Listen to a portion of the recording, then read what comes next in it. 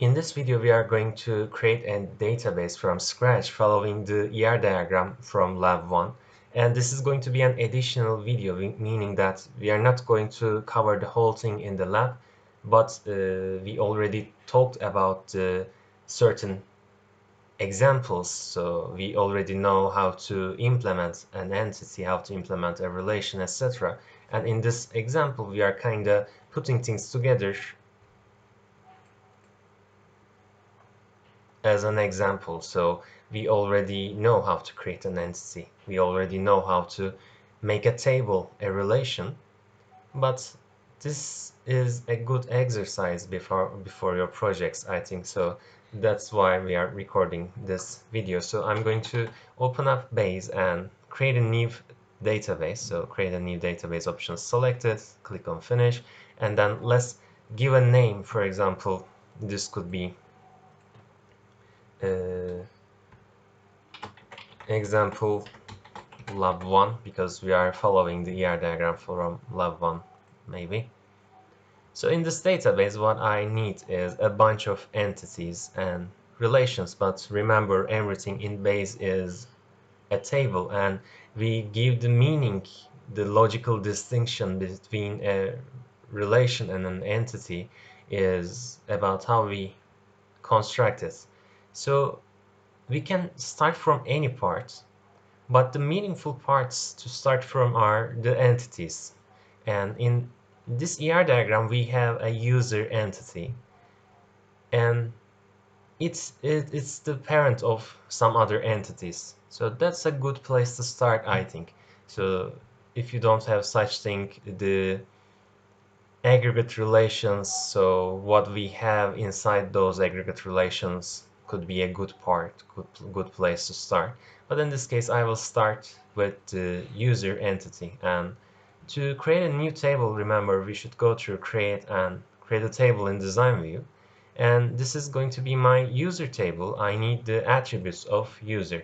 And let's start with the ID, which is the primary key. In the ER diagram, we are not talking about the data types, right? So we are not saying whether this is a number or a text, etc. But choosing meaningful data types is also important at this stage. So for the ID, it could be a text or it could be a number as well. So for user ID, let's go with number in this case. Let's say user ID start from 1 to some limits, and then we need the name for the user. This is going to be text, and we also need the surname and also the password. And for passwords, we could have different assumptions, but usually using text is more meaningful because we might have numbers and letters in a password.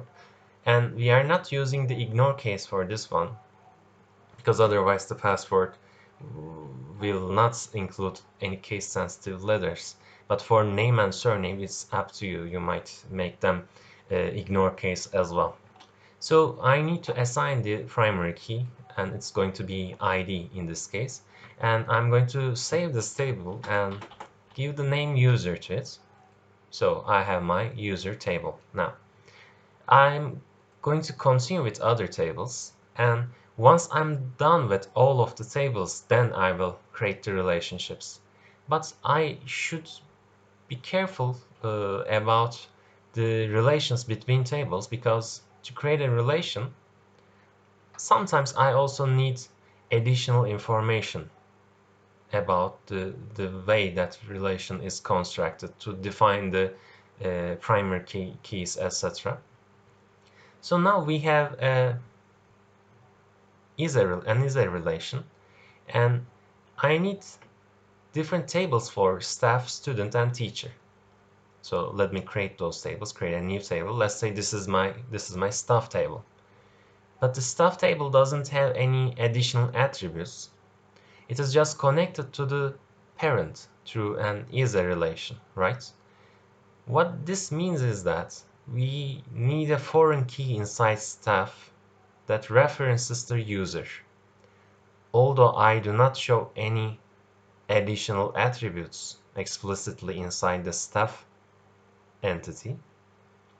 Since I have an is-a relationship, this means that, okay, we know that it will inherit the attributes of user.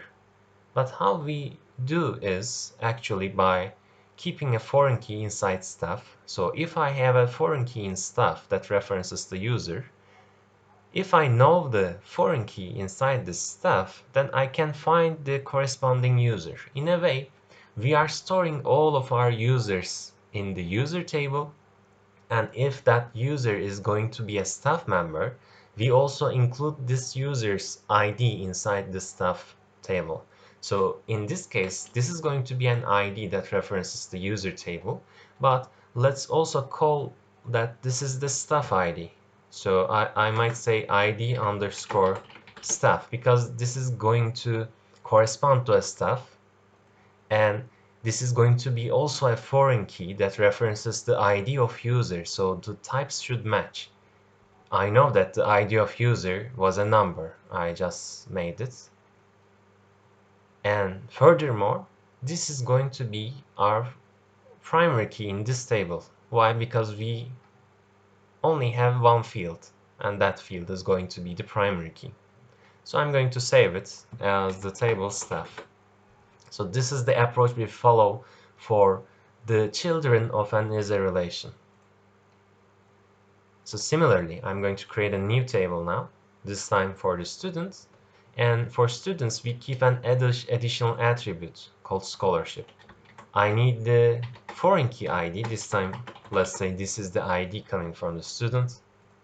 And this is going to be a number. But remember, we are going to create a relationship between student and user. User is going to be the parent, and then we will drag ID of user into the ID student of student so that they are linked, so that to be able to assign somebody as a student, I need to first create that user, and if that user's ID is included, then I will be able to assign that user as a student.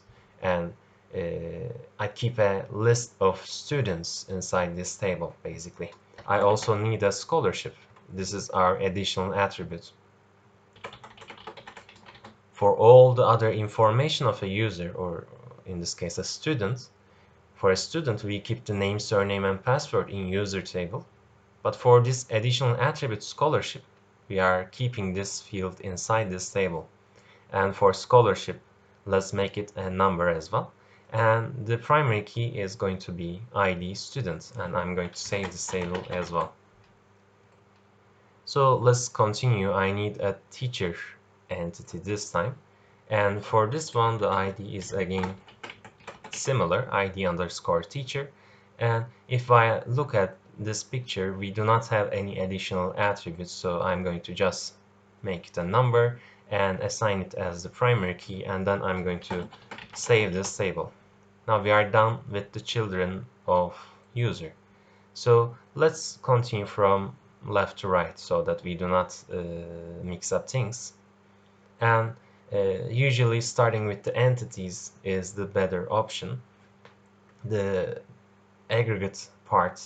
So let's start within here, because gives keys the relation that is defined on top of the relation has. We have an aggregate relation in this case.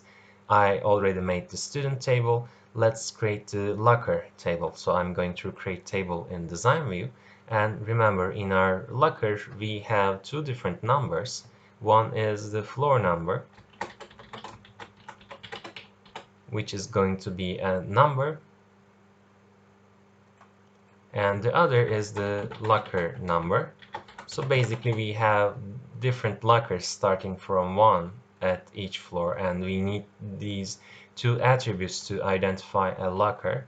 So therefore I will hold my shift key on the keyboard to choose these two attributes, and then release the shift key and right click on this gray rectangular part and assign them as the primary key. So meaning that I need both of these attributes to identify one locker. So then I'm going to save it as locker. And let's create a new table, this time for the relation has. remember, relation has is connected to two different things.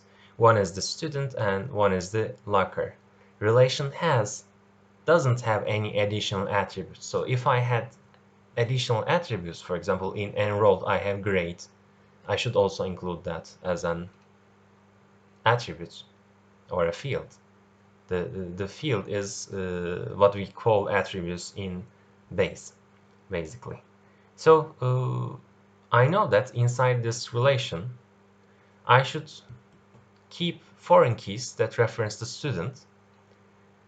So let's call that one ID underscore student to keep the same naming convention. Inside the student, my primary key is ID underscore student. So to keep a foreign key that references the student entity, the data type should match. It should be a number. Additionally, I need some foreign key that references the table locker, but the table locker has a composite primary key. I need both the floor number and the locker number. So floor number, it should have the matching type, which is going to be a number in this case. And I also need the locker number, which is again a number. And one important thing is if we want to enforce the cardinality constraints, meaning that whether this is a many-to-many, one-to-many, or one-to-one relationship, in this case this is a one-to-one relationship. If this was many-to-many, what I would do was to assign all these three as my primary key, so that, for example, for student number 1, we can give locker number 1 on floor number 1. And if this was many-to-many, I will be able to assign the same student to multiple lockers, meaning students will have duplicates and locker side will have duplicates. But this time, to make it a one-to-one relationship, I need to, so let me say it like this. There should be no duplicates for student and no duplicates for locker, basically. So for one side, let's choose the student side for this one. For one side, I can make the primary key, right? If I make ID student the single primary key, then it will have no duplicates. But additionally, I would like to also make these composites part, the floor number and locker number, without any duplicates. I want these to be unique as well, because otherwise they might appear in the table more than once. So to do that, you cannot like assign them as a separate primary key, right? We are going to index them and say them they should be unique. So to do that, I go through tools.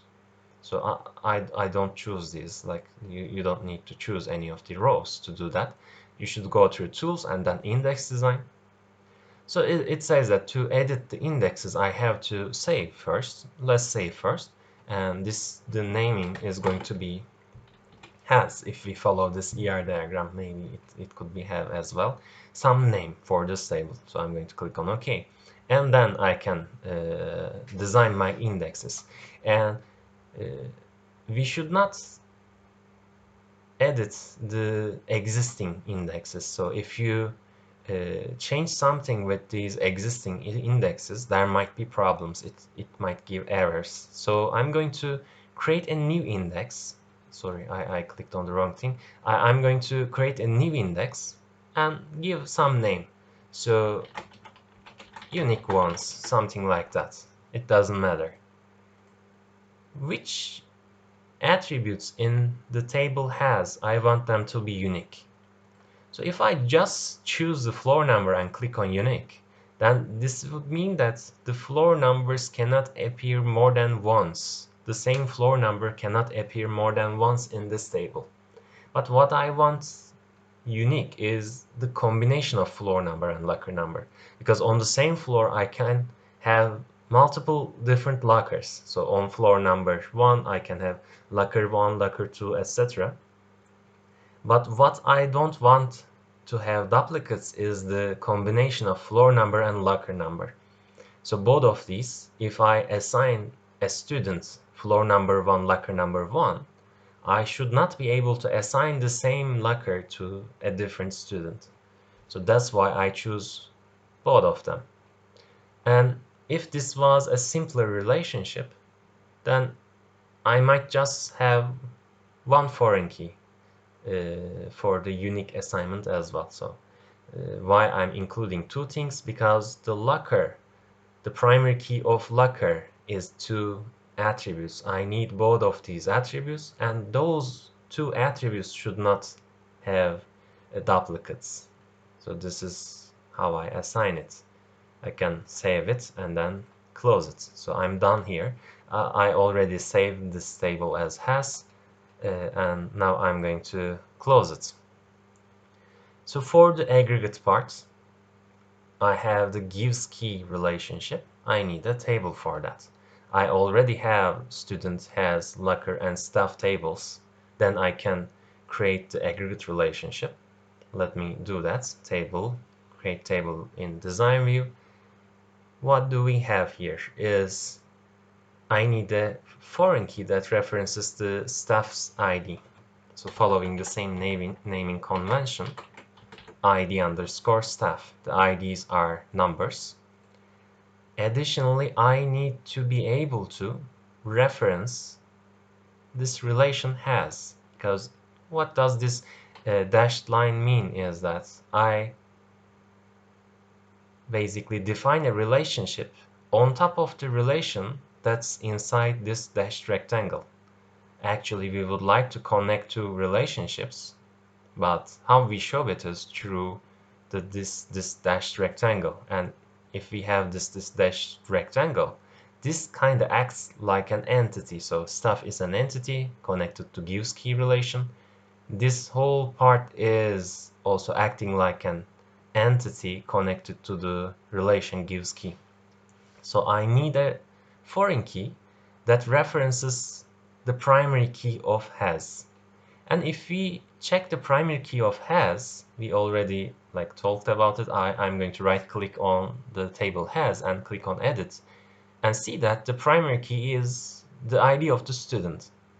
So there is no need to make the whole treating my primary key, right? Because if I'm giving specific lockers to students, if I know the student, then I can directly know the locker this student has in case it is included in the relation. So on this part, I need a foreign key to the table has, but that foreign key is going to be the ID of the student, because the primary key of has is ID of the student. Additionally, I have a date inside this relation and an additional attribute, and I'm going to choose this date type for it, and it is also showing me some format example. So with dates, we are using dots, and I'm not sure about it, but it might change according to the operating system's language. So in your systems, maybe it might expect different delimiters, the separators. So these dots could be replaced by some other symbol, but it will show up in your computers.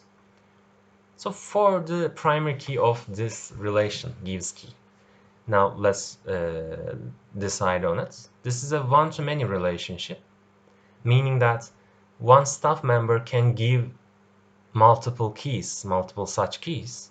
But this part, acting like an entity, this ID student part, should not have any duplicates. So for this part, I can assign the primary key of the table has, because this is going to appear once.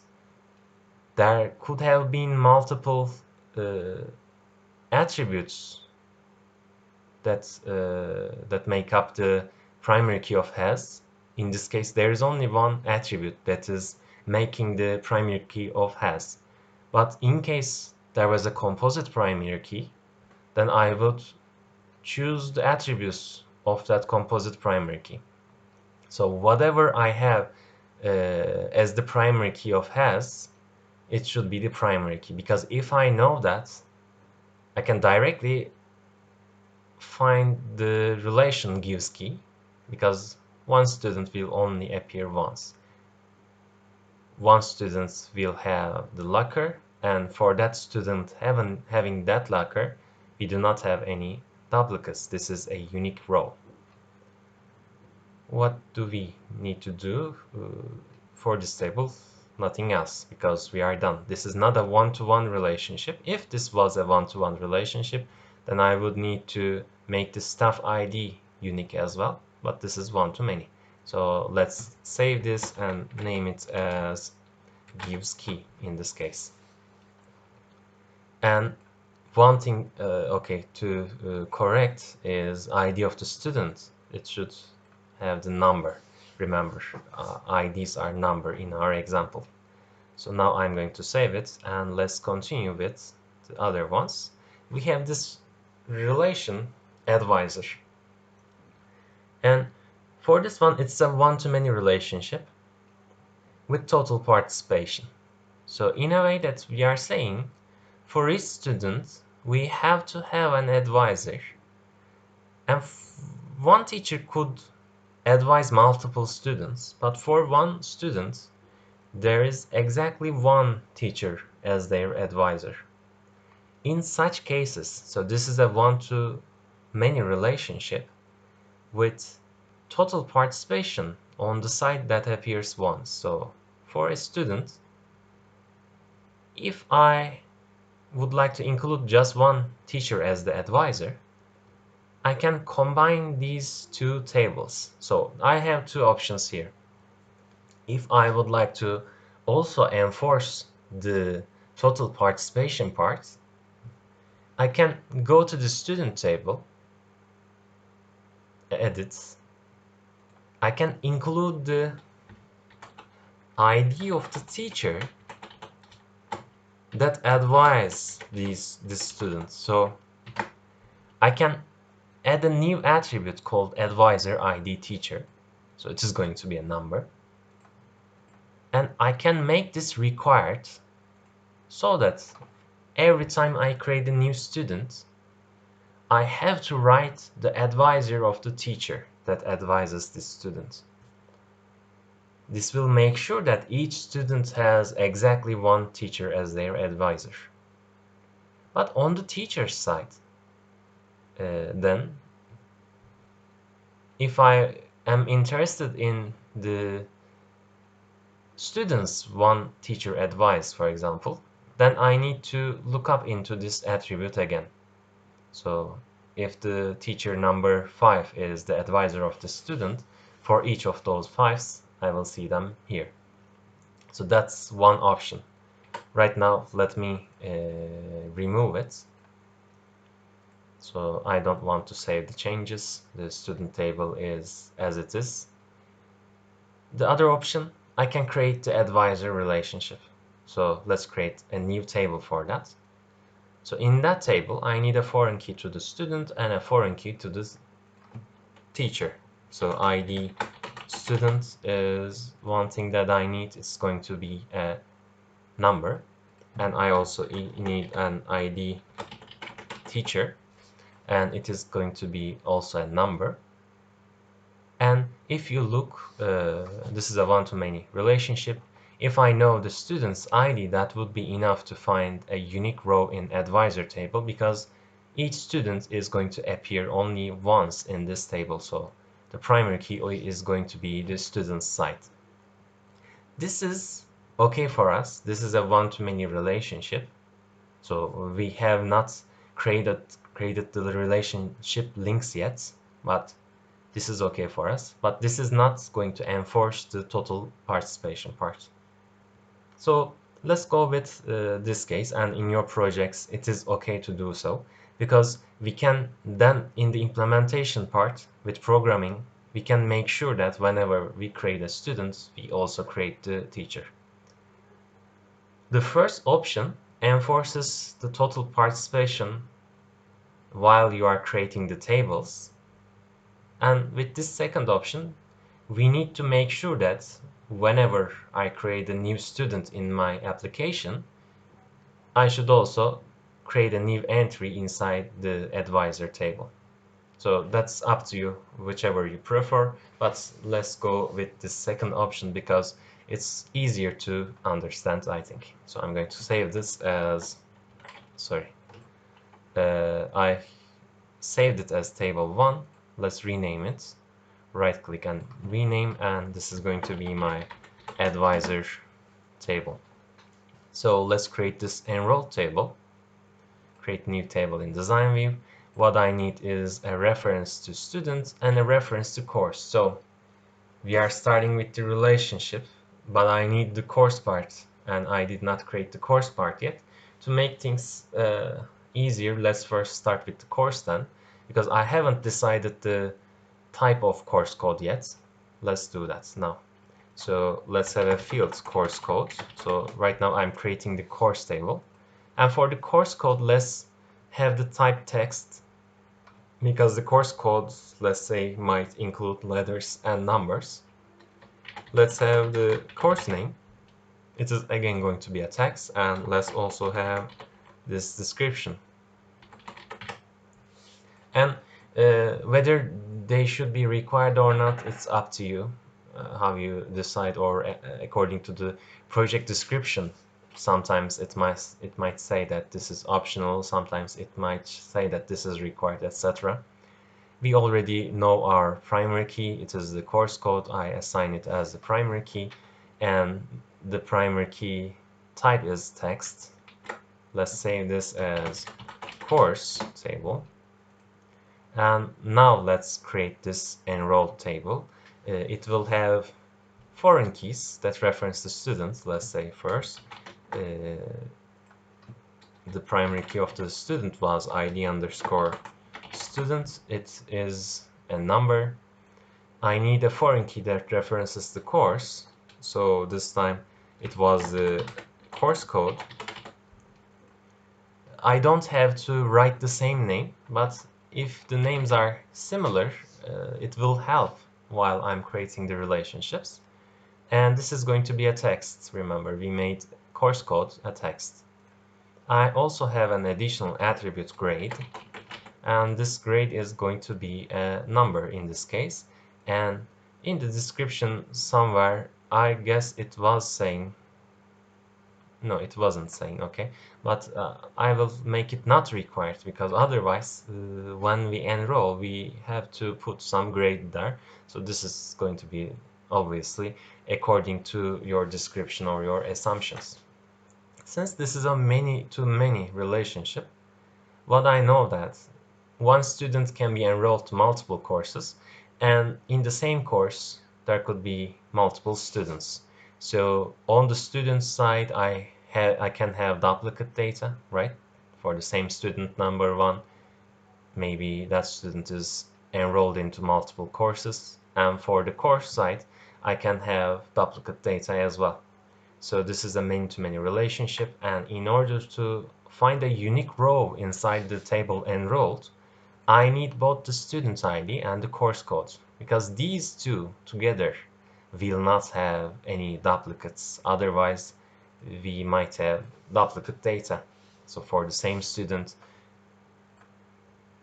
there could be multiple courses. For the same course, there could be multiple students. But as a tuple, as these two things together, I cannot have duplicate data for student number 1 for CS281, for example. It will not have duplicates as a tuple.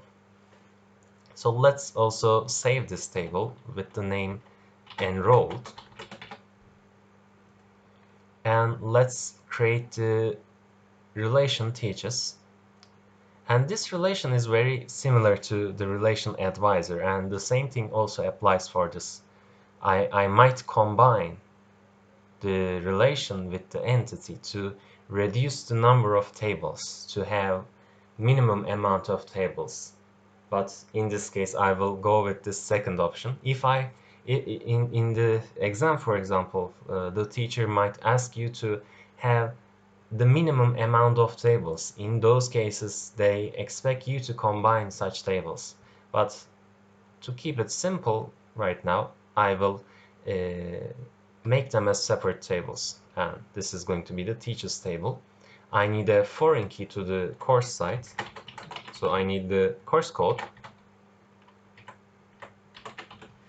This is a text, and I also need the ID of the teacher. In this case, this is a number. And since this is a one-to-many relationship, if I know the course code, then I can find a unique row here, meaning that course code only is going to be my primary key. And let's also save this one as teachers. And the last part is our weak entity. And with weak entities, if we would like to enforce that this is a weak entity, we already talked about this description, and inside this description we made some assumptions to make the address a weak entity. And in your projects as well, don't try to force things to become weak entities, because weak entities are kind of rare, and with some incorrect approach you might try to make everything a weak entity. But you can think of weak entities as in the corner with only one relation attached to something. And the main thing about weak entities is that they cannot be uniquely identified with their attributes by itself. And why they are rare? Because most of the time we associate things with unique identifiers. With addresses, we obviously have some unique identifiers. With any bills, etc., we have some unique identifiers. But for the sake of this example, we made address a weak entity. And to implement it as a weak entity again, it is better to combine these two tables. And for this weak entity, let's do that, because if you combine these two tables together for a weak entity, it will actually enforce it to be the weak entity. So if I combine the tables stays and address, so let me create a new table first with the design view. Let's consider if they were separate. And if this was not a weak entity, then the phone number will be the primary key. And inside stays, I need a foreign key that references the phone number of this address, and another foreign key that references the teacher's ID. But in this case, let's make it for teacher. So I need ID underscore teacher that is going to reference the teacher. But if I were to combine these two, then I don't need to reference the address. The address and stays, these two tables are the same thing. Then I just need to include the phone number, the city. Sorry, I wrote it to the wrong place. I was using the tab key on my keyboard to go through different cells. This should be the city and the street number. And let's set the correct attributes for them. For text, for phone number, it could be as well a text, but you might keep them as numbers as well. But if you are choosing numbers, be careful that the phone numbers are sometimes long, and that phone number should fit into the size limits of that number. So usually with phone numbers and card numbers, social security numbers, etc., if they are long, then you might as well go with the text option. City text is fine. For street number, let's say this is a number. And if you consider the primary key of this table, remember when we are talking about this weak entity weak relationship, we were saying that, okay, I need the primary key of this strong part, the teacher, so I need to include the ID of the teacher. But the same teacher could have multiple addresses, and how I distinguish those addresses is by this partial key. And this partial key is the phone number. So inside this new table, both ID teacher and phone number should be my primary key. So if I know both of these things, then I could find a unique address that belongs to somebody. So now I'm going to save it, and like as a naming convention, let's name it as stays address, because this is the combination of these two tables together. And then we are done with creating our tables, I guess. Let me check for course we have the description as well. Okay, so at this step we are done with our tables, but we need to create our relationships before entering anything. So at this step, if you enter some data in your database and then create your relationships, it might be problematic because we did not specify our integrity rules yet. How do we specify it? Going through tools and relationships. In this part, I will include all my tables because all of them are in some way connected to other tables. So I included all my tables. And in here, I need to be careful about one thing. The direction that I link these attributes is important. So let me manage the things around so that we have the view of the both things at the same time. Okay. So we might follow the order that we created those tables. We can start with the is-a relation, and having the similar distribution of the tables also helps sometimes. So let's have the user table and also the children of the user together. So we have the students, we have the staff table, and we also have this teacher table at this part. So with an easy relationship, I should start from the parent into the children. And remember, the primary key of the user table ID, I start dragging from here into this foreign key inside staff. For the table staff, this is also the primary key. This is something we should remember. Inside this is also the primary key. But while I'm starting from parent into the children, this is referred to as the foreign key because it references the primary key of the user. If I were to refer the table staff, for example, for gives key, I will refer the table staff, then I'm going to need its primary key, which was, again, the ID underscore staff. So for the children of parents, starting from the parent's ID into the ID of students, from here, ID of teacher. So these are defined as one-to-one, meaning that this is the primary key in here, and this attribute is the primary key of this table. Those two different tables, I'm connecting them through their primary keys. Therefore, if I have a user number 1 or user number 5 in this table, it appears once inside the staff table as well. It might not appear at all. So I might have users from 1 to 10, and some of them are going to be staff members, some of them are going to be students, etc. And maybe in the teacher I have 7, 5. In students I might have 1, 2, for example. So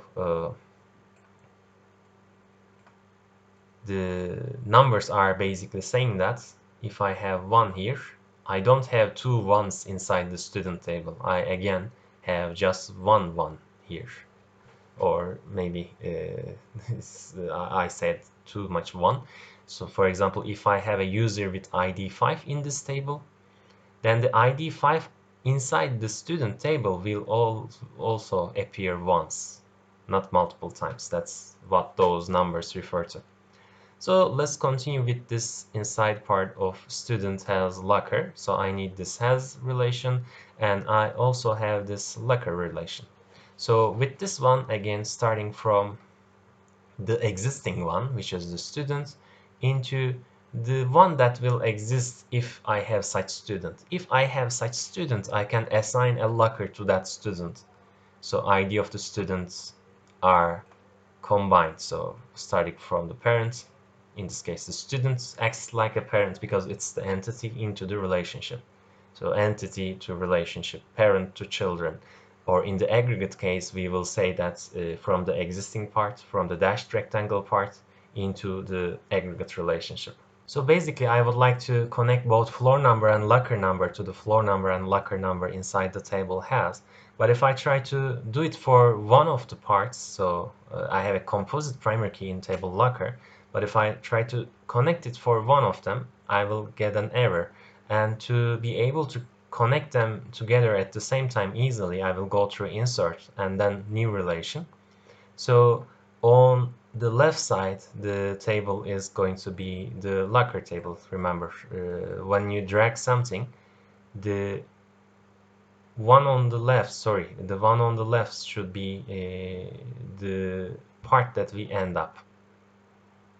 And the parent is going to appear on the right side. So I should go through insert and new relation. The parent is going to be the locker in this case. And for the other side, it is going to be the relationship has.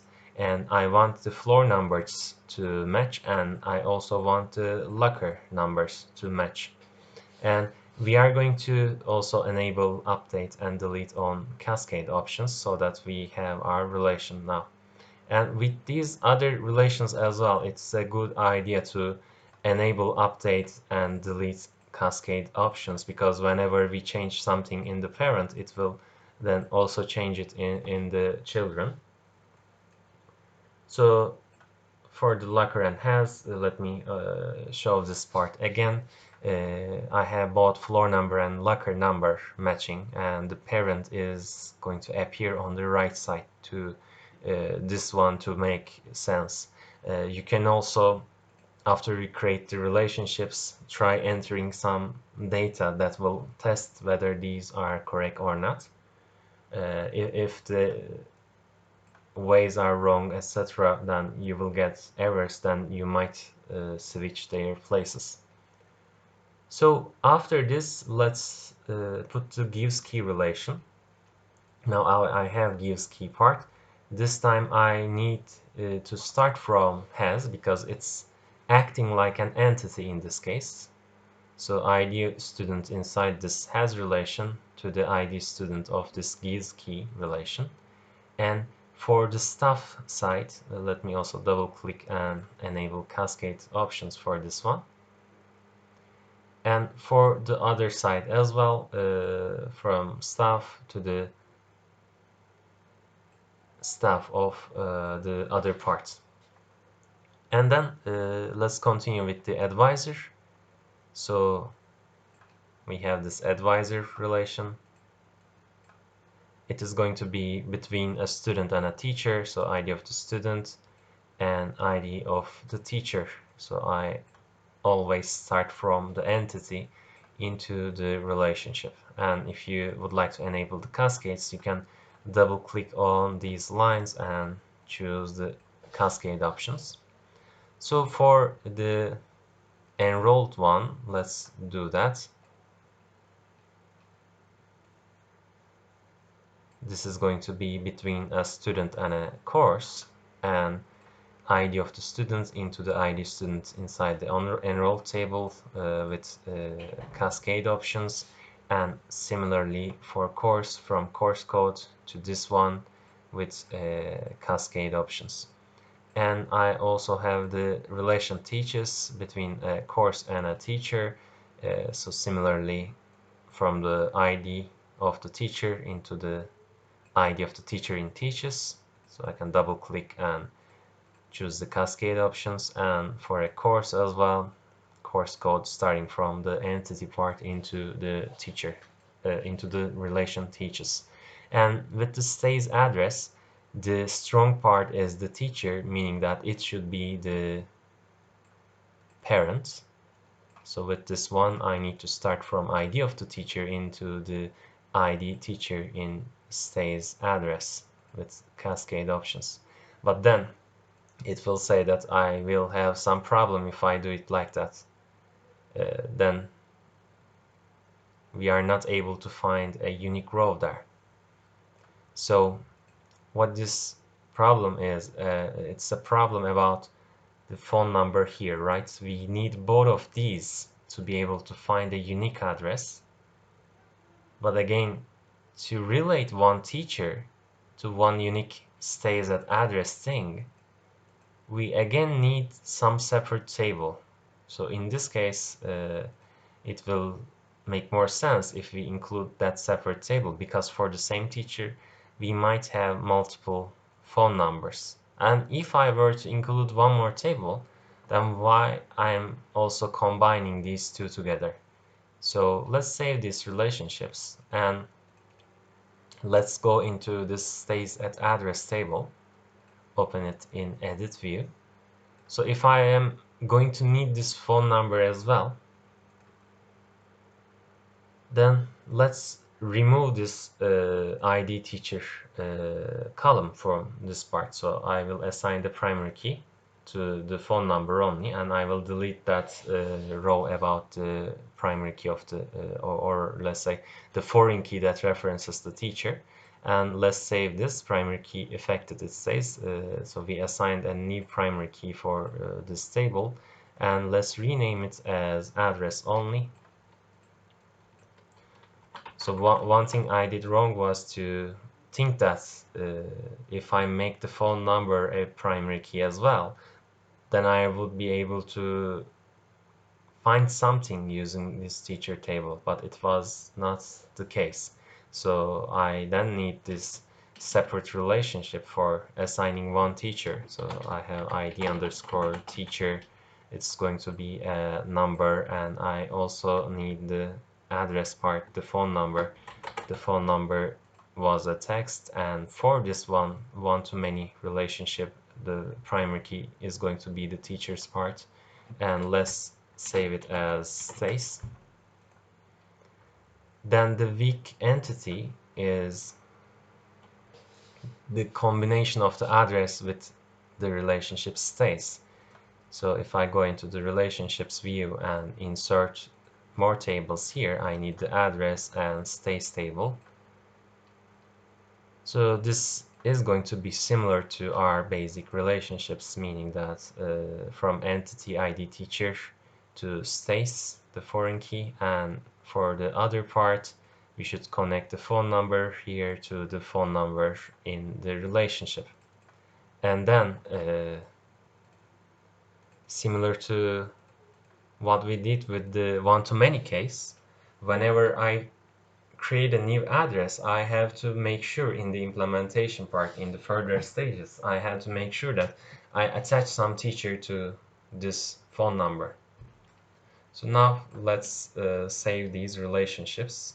So I thought that by mistake, I thought that I could combine these two together and still follow the ER diagram.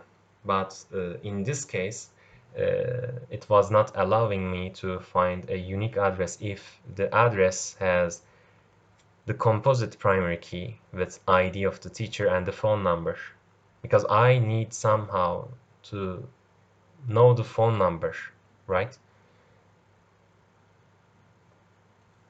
So let's save this, and then we are going to, at this stage, for our implementation stage 1, what we expect from you is to create the tables, create the relationships, and we need to create some entries for our tables, populate our tables. And in this case, for example, you cannot start with the table enrolled, for example. Let's say I would like to enroll some students into some courses like CS281, and I would like to put some grade for them. If I made things correct, this should give me an error message saying that there is no such parent. So for student number 1, there is no student number 1. It's giving this error, basically. That's why I have this error. I should start populating the entities first and the parent first, actually, because if I go into the student table, if I say, okay, the user number 1 is going to be a student with a scholarship amount of 100, then it will give me an error as well, because I don't have such parent yet. I should start with the parent. So then I will be able to enter some data here. Let's have a bunch of examples.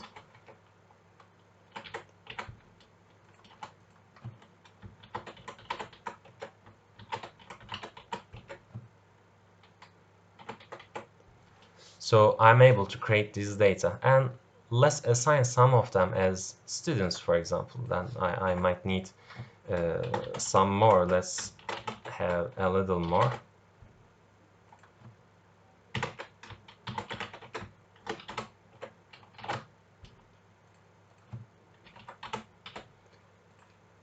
Then let's assign some of them as students. For example, number 1 is going to be a student with scholarship 100. Number 2 is going to be a student as well with scholarship 150, for example. Number 3, let's say that's also another student. And for some of them, let's make them teachers. So in the teacher part, let's make 4 a teacher, and let's make 5 a staff member.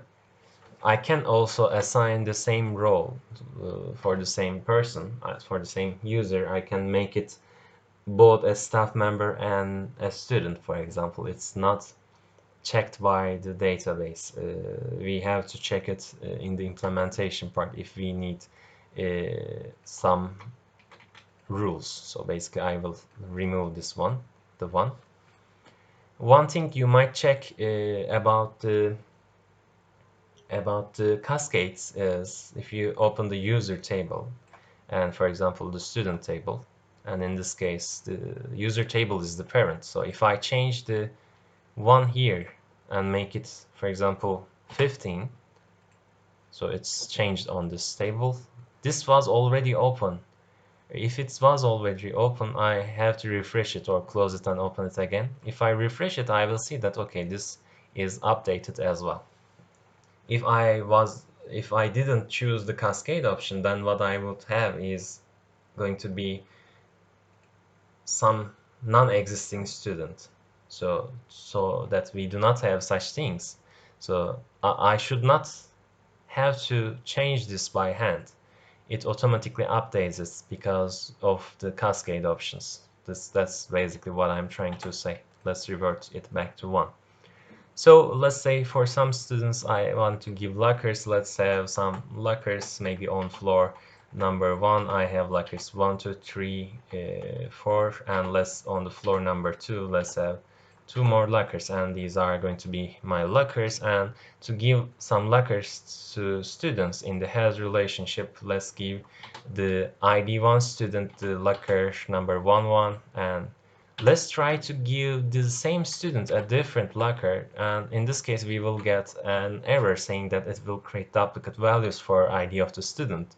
The same student cannot be assigned to the same, or let me say it like that, the same student cannot be assigned to multiple lockers. That was the cause of that error.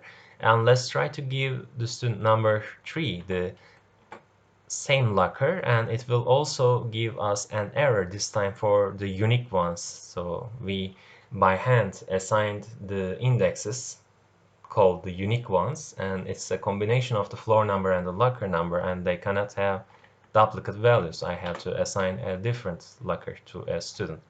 And remember, 4 is not a student, therefore I cannot assign this ID4 to any of the lockers. So I'm going to hit the escape key on my keyboard. And let's for some of them give the key in the gives key part. Remember the 5 was a staff member, I guess. And for student number 1, let's give the student the key on some date. Maybe it is going to be, let's say, today's date. And that's done. And I should not be able to give the same students some, but this will let's say some on some other date I should not be able to give a locker for the same student. And let's change the student. I have just one staff member, that's why I'm using the same staff member, but I'm able to give a key to another student. And In the case that, let's say, going back to our, let me keep this open as well, into my has relation. So remember, this student number 1 has this locker, and if I were to get this locker back, so let's say I would like to delete this, I'm no longer giving this locker to the student, and if I delete this row from here, if I come back here and refresh, because of the cascade on delete option, that student has no longer given a padlock. And in the implementation stage 1, we expect you to have like at least 5 or 10 meaningful data for each of the tables. Meaningful meaning that not random ladders. For example, you do not have to find real existing items, but just come up with things that are not that random. So you are going to use these data on your examples. And like the remaining tables are, I guess, trivial, right? We have teacher number 4, for example. If I create a new address with some phone number and city, so this is what I'm calling random. So not it is better to not have such things, because it also makes your lives harder. You try to remember what was the primary key, etc. Keep things simple. If you have a social security number, for example, you don't need to keep numbers that are as long as the real security numbers. You can just have some values like 1, 2, 3, so that you can remember easily while you are showing your database to us. So maybe teacher number 4 is staying at this address, then I'm able to assign it. But for some non-existing phone number, it will give me an error saying that there is no such phone number existing in our database. And if I am to create some new addresses with different phone numbers, then I will be able to assign multiple addresses to the same teacher. But for the same address, okay, I guess I realized I did something wrong for the space. Did we make the primary key right? No, so it was one too many. If I know the phone number, then I will know the teacher, right? So in this case, it should be the primary key should be the phone number for this relation. So this will not affect the things about the what I have inside these entities, but if I have some wrong data inside my relationship, so it says the column phone could not be changed, should the column instead be deleted and the new format appended. So because of I have some data in that relationship, is giving me the error. So let's go with the yes option. But since I have the relationship, it gives another error. So to fix things, the better option would be to come to the relationships view at first, and first get rid of these links, so save it, and then come to the content. So let's double click on stays, let's delete those rows as well, and then change the primary key. So now I don't have any errors.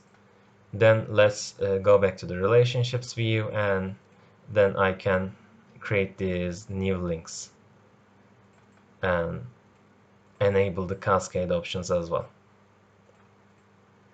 So at this stage we are done, but while you are creating your databases, a couple of things to be careful about.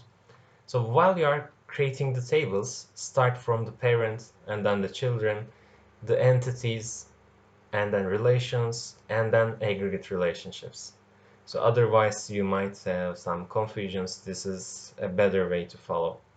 At the second stage, or after you create all the tables, then go into the relationships view.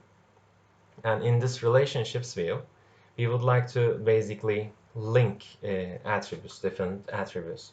And while we are linking, we always start from the parent into the child, meaning that the part that I started from should exist first, so that the part that I end up can be added. So in case of an ISA relationship, it's easier. The parent is the parent and the child is the child in the ISA case.